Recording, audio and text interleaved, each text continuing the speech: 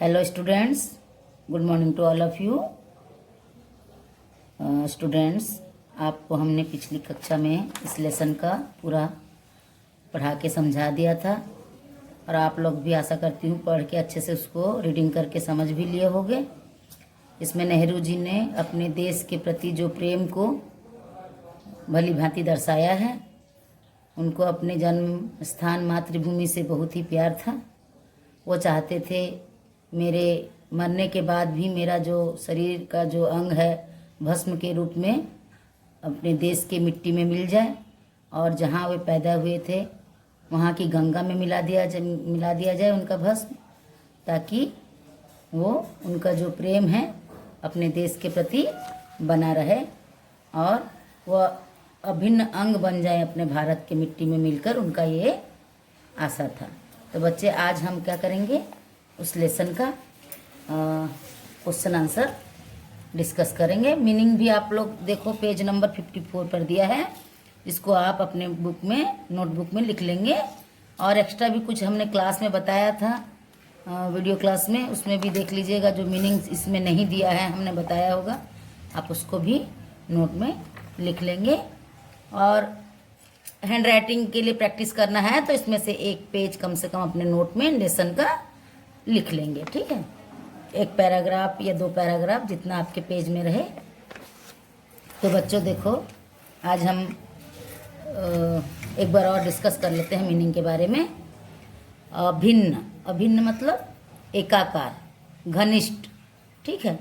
अभिभूत, पराजित, प्रवाहित, नदी में बहाना, विसर्जित, बहाना, निहारना माने ध्यान से देखना, विविध माने विभिन्न, उर्वर माने उपजाऊ, संबंध संबंधित, अल्पांश कुछ भाग का, रस्म रीति रिवाज।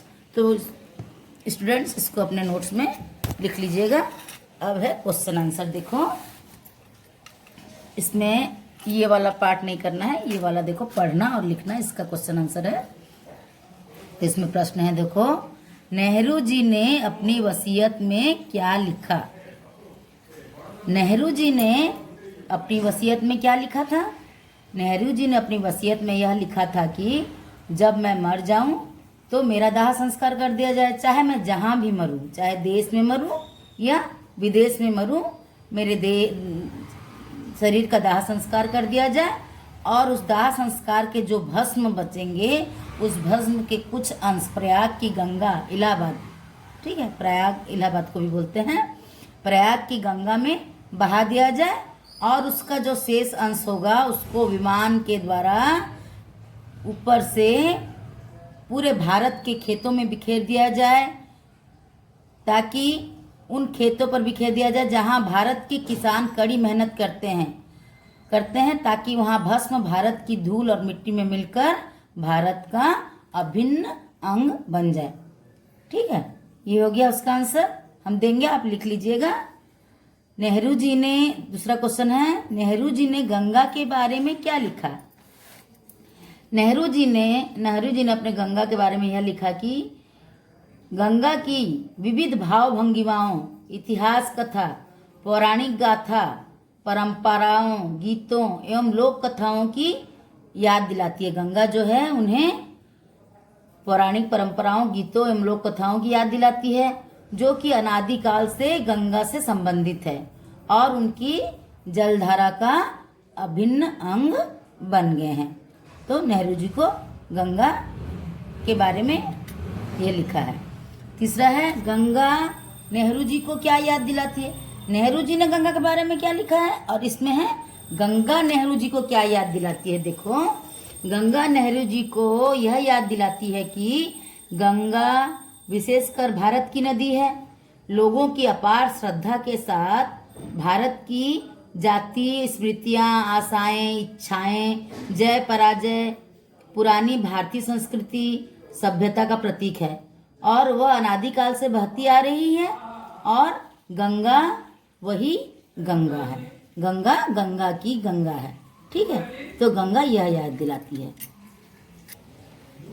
तो 4th नंबर है, नेहरू जी चाहते थे कि चाहते थे कि उनके मरने के बाद उनकी भस्म का अधिकांश भाग भारत के खेतों में बिखेर दिया जाए। कथन के आधार पर भारत नेहरू जी के देश प्रेम का मूल्यांकन करें। ठीक है, तो वही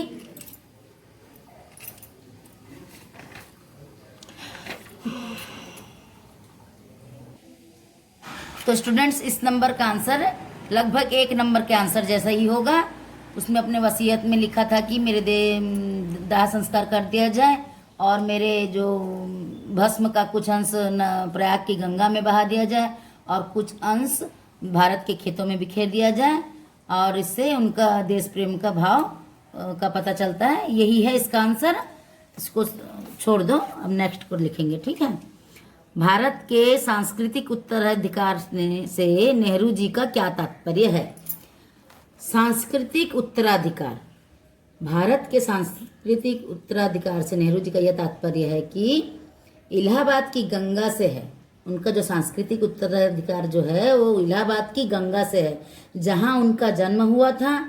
उनके देश प्रेम और जन्मभूमि के प्रति प्रेम को ही उन्होंने सांस्कृतिक उत्तराधिकार कहा है। ठीक है, तो ये है इसका आंसर। अब नेक्स्ट है बहुविकल्पीय प्रश्न, पेज नंबर 56। तो यहाँ पर देखो, नेहरू जी की वसीयत में कौन सा भाव दिखाई देता है?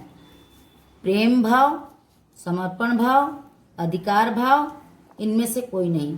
तो उन्होंने अपने देश के प्रति प्रेम भाव दिखाया है इसमें, तो इसमें क्या होगा? पहला आंसर होगा, नेहरू जी ने अपनी वसीयत में प्रेम भाव दिखाया है, 1 नंबर। ठीक है, सेकंड है, नेहरू जी अपनी भस्म कहाँ प्रवाहित करना चाहते थे? गंगा में, यमुना में, सरस्वती में, उपयुक्त सभी। तो आप लोग तो जान चुके हो, गंगा में। ठीक है, 1 नंबर होगा गंगा में। नेहरू जी भारत को किन बंधनों से मुक्त करवाना चाहते थे? नेहरू जी भारत को किन बंधनों से मुक्त करवाना चाहते थे? पुरानी रस्मों से, पुरानी परंपराओं से, अपनी यादों से। 1 और 2। तो क्या मुक्त कराना चाहते थे? पुरानी परंपराओं से, जो रूढ़िवादी जो परंपराएं थी उनसे वे मुक्त कराना चाहते थे। ठीक है, सॉरी स्टूडेंट्स, ये होगा आपका। देखो, नेहरू जी भारत को किन बंधनों से मुक्त कर? पुरानी परंपराओं से भी और पुरानी रस्मों से भी। तो आंसर क्या होगा मालूम? ये होगा केवल 1 और 2। ठीक है, केवल 1 और 2, क्योंकि वो पुरानी रस्मों से भी मुक्त कराना चाहते थे और पुरानी परंपराओं से भी मुक्त कराना चाहते थे। तो क्या होगा? 1 और 2, ये दोनों होगा। ठीक है, अब ठीक, घ नंबर, पुरानी परंपराओं और रस्मों का लोगों पर क्या प्रभाव होता है?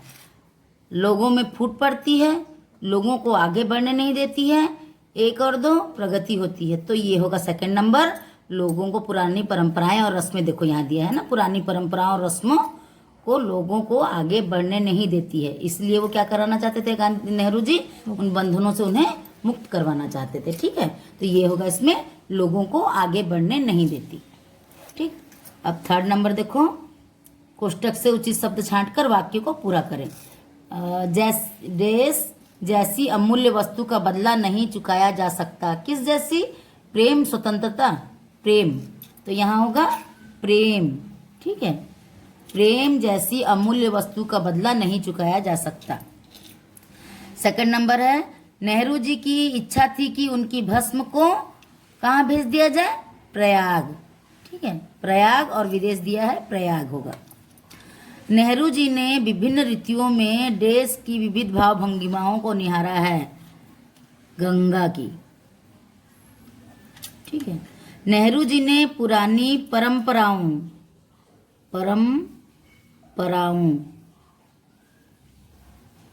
व रस्मों को छोड़ दिया था। भस्म का शेष भाग भारत के खेतों में बिखेर दिया जाए। ठीक है, अब है पेज नंबर 57। देखो यहाँ है, भाषा को जाने। ये बेटा आप लोग के बच्चों, आप लोग की ग्रामर से ही है संबंधित, आगे चलकर आप उसके बारे में जानेंगे, लेकिन इसमें जो दिया है उसके बारे में हम आपको थोड़ा सा डिस्कस कर देंगे। देखो, ये है प्रत्यय, शब्द को प्रत्यय जोड़कर बनाना है। तो मूल शब्द के अंत में शब्दांश जोड़कर एक नया सार्थक शब्द बनाया जाता है, उस शब्द को प्रत्यय कहते हैं। उपसर्ग क्या होता है? शब्द के वाक्य के पहले लगता है, ठीक है, माने शब्द के पहले लगता है, उसको हम उपसर्ग बोलते हैं। लेकिन जब शब्द के साथ बाद में लगता है उसको हम प्रत्यय बोलते हैं। बहुत सारे प्रत्यय हैं बच्चों, उसके बारे में हम आगे चलकर डिस्कस करेंगे जब हम ग्रामर पढ़ेंगे। लेकिन अभी इसमें देखो कुछ शब्द दिए हैं, उनको हम प्रत्यय जोड़कर बनाना है। ये क्या है? पुराण।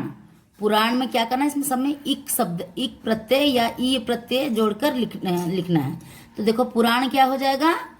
पुराण में इक प्रत्यय बन के क्या बन जाएगा? पौराणिक। ठीक है, पुराण क्या हो जाएगा? पौराणिक। इतिहास ऐतिहासिक। भारत भारतीय। मूल मौलिक। ठीक है, शारीरिक नैतिक। आध्यात्मिक अध्यात्म आध्यात्मिक। विज्ञान वैज्ञानिक। तो पुराण पौराणिक, इतिहास ऐतिहासिक, भारत भारतीय, मूल मौलिक, शरीर शारीरिक, नीति नैतिक, अध्यात्म आध्यात्मिक, विज्ञान वैज्ञानिक। इसमें देखो कई में इक प्रत्यय लगा है और कई में ई प्रत्यय लगा है। ठीक है, इक प्रत्यय ज्यादा लगा है, भारत में ही ई प्रत्यय लगा है। ठीक है, भारतीय ई लगा है। ठीक है, तो इसको अपने नोट में जरूर लिख लेना बच्चों।